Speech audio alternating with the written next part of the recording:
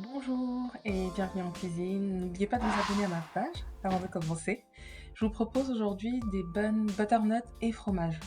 C'est un petit mélange qui fait très Halloween et puis ce sont des ingrédients enfin en tout cas que je n'ai pas l'habitude de marier. Donc j'utilise une demi-courge butternut parce que le goût un petit peu sucré me rappelle la patate douce. Si vous n'en avez pas, vous pouvez prendre du potiron à la place. Ça fait aussi l'affaire.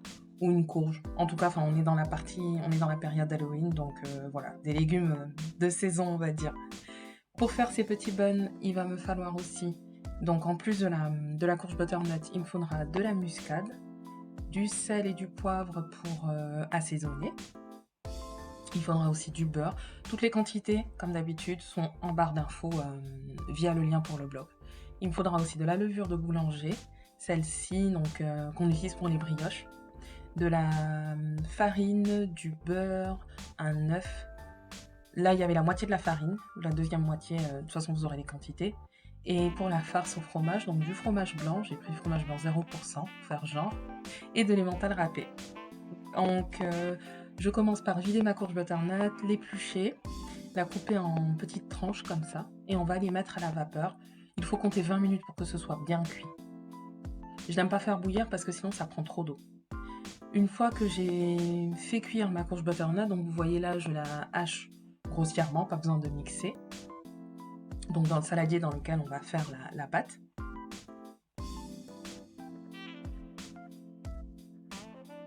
Je prépare à côté, je mélange mes deux fromages, je forme une dizaine de boules, donc comme on voit l'image.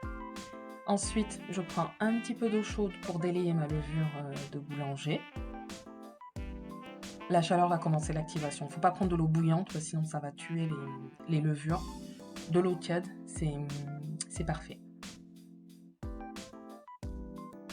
Donc je rajoute d'abord le beurre, comme ça lui permet de fondre avec la chaleur des potirons, enfin des butternuts en fait.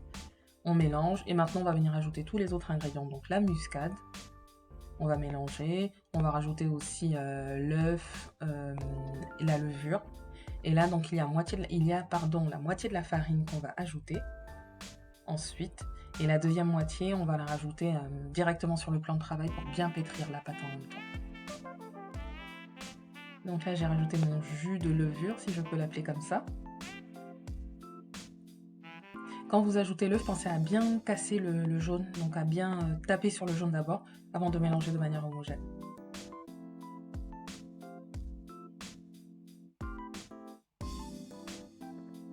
Il ne faut pas croire, hein, mais c'est du travail, du coup on mélange. Il ne faut pas être pressé, il ne faut vraiment pas être pressé pour pouvoir bien homogénéiser tout ça.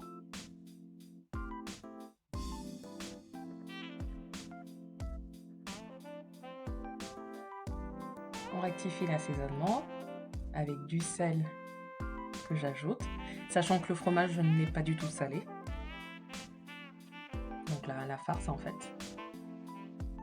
Et maintenant, je viens rajouter la première moitié de farine dans le bol. Je mélange grossièrement avec mes mains. Et comme c'est marqué, la deuxième moitié de farine, donc le deuxième bol, qu'on va venir ajouter ensuite sur le plan de travail directement. Donc cette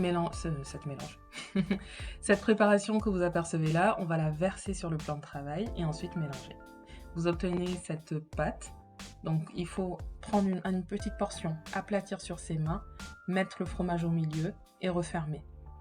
Comme vous le voyez, en pensant bien à bien fermer hermétiquement, on ne doit pas voir le fromage. Parce que sinon ça veut dire qu'il va fondre à la cuisson. Il faut laisser assez de farine à côté parce que c'est quand même un petit peu collant. Donc on fait tous ces petits pains et après vous laissez cuire, monter la levure une demi-heure avant d'enfourner pendant 25 minutes. Et d'obtenir 25 minutes après ces petits buns au fromage qui peuvent se manger tout seuls comme ça, soit en entrée, sinon accompagnés un velouté. Bon appétit!